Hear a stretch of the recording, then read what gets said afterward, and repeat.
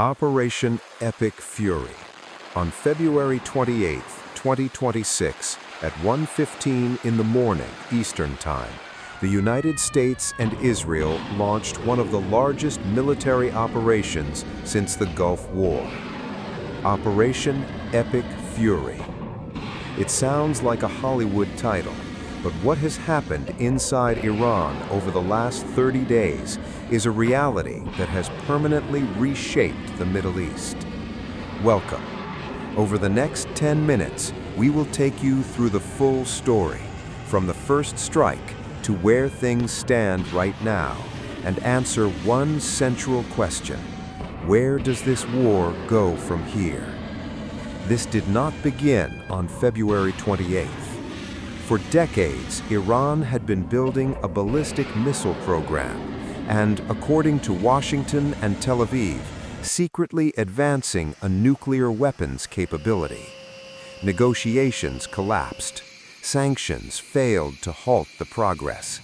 And when Donald Trump returned to the White House in January 2025, he made one thing clear: this time, patience was over. When American intelligence confirmed that Iran was accelerating uranium enrichment to weapons-grade levels, Trump gave the green light. In coordination with Israeli Prime Minister Benjamin Netanyahu, the strikes began. The first wave was precise, devastating. Targets included Revolutionary Guard command centers, air defense systems, missile launch sites, and military airfields across Iran. Within less than an hour, Iran's air defense network was largely neutralized. And then, something happened that shocked the entire world. Supreme Leader Ali Khamenei, the man who had ruled Iran for more than 30 years, was killed in the opening strikes. Tehran did not confirm his death for days, but the city was burning, and the entire Middle East held its breath. The Pentagon spoke immediately. Secretary of Defense Pete Hegseth was direct. The mission of Operation Epic Fury is laser-focused. Destroy Iran's offensive missiles, destroy their missile industry, destroy their navy. They will never have a nuclear weapon.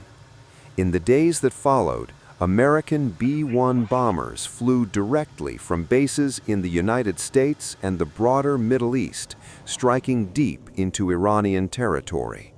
The aircraft carriers USS Gerald Ford and USS Abraham Lincoln patrolled the Persian Gulf, launching hundreds of sorties against targets across the country.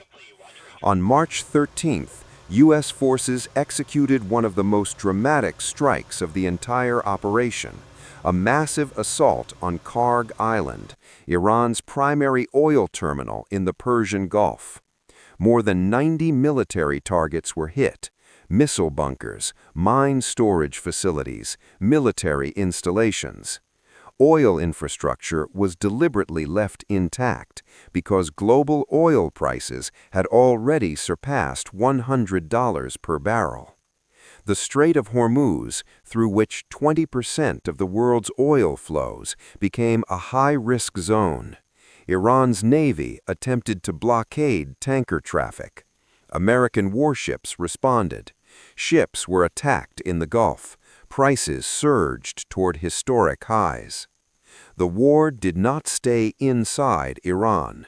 The Houthis of Yemen, an Iranian proxy, entered the conflict directly on March 27th, launching a missile strike on Israel for the first time since the war began.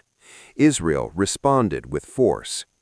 Iran struck the Prince Sultan Air Base in Saudi Arabia with ballistic missiles and drones, wounding at least 12 American soldiers. Riyadh was furious. The Arab alliance is fracturing between those who support the American campaign and those who fear the chaos that follows. Lebanon is burning again. Netanyahu ordered the expansion of Israel's security buffer in the south. Hezbollah, weakened since 2024, is attempting to reorganize. 18 countries are now involved in one form or another. Analysts are calling it a World War III light edition, but to the people caught inside it, there is nothing light about it. While the bombs fall, diplomacy is running in parallel. Trump has signaled multiple times that he wants a quick end to the war. It's going to end soon, he said in mid-March, after Israeli aircraft struck Tehran. But negotiations have stalled. Iran responded with 5 conditions for a ceasefire. Pakistan is mediating between Washington and Tehran. The White House insists talks are progressing, but the threat of strikes on nuclear facilities remains firmly on the table. The new Iranian leadership is in chaos. Mojtaba Khamenei, son of the slain supreme leader, has been named as his successor. He appeared once in a brief audio message. Who actually controls Iran right now, the military, the Revolutionary Guard, or some third force, remains unclear even to intelligence agencies.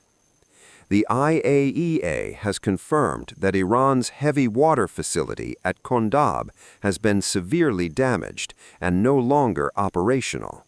But the nuclear weapons question, the original red line that started all of this, remains unresolved. 30 days after it began, the war in Iran has entered its most dangerous phase.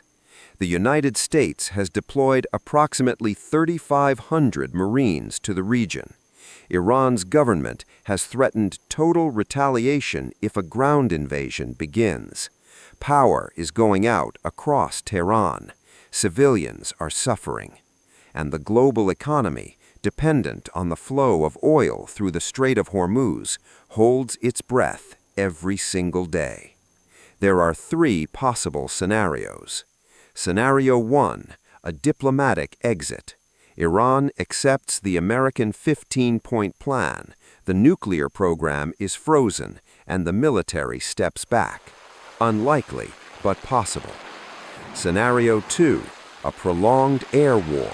American strikes continue dismantling Iran's military infrastructure without a ground invasion.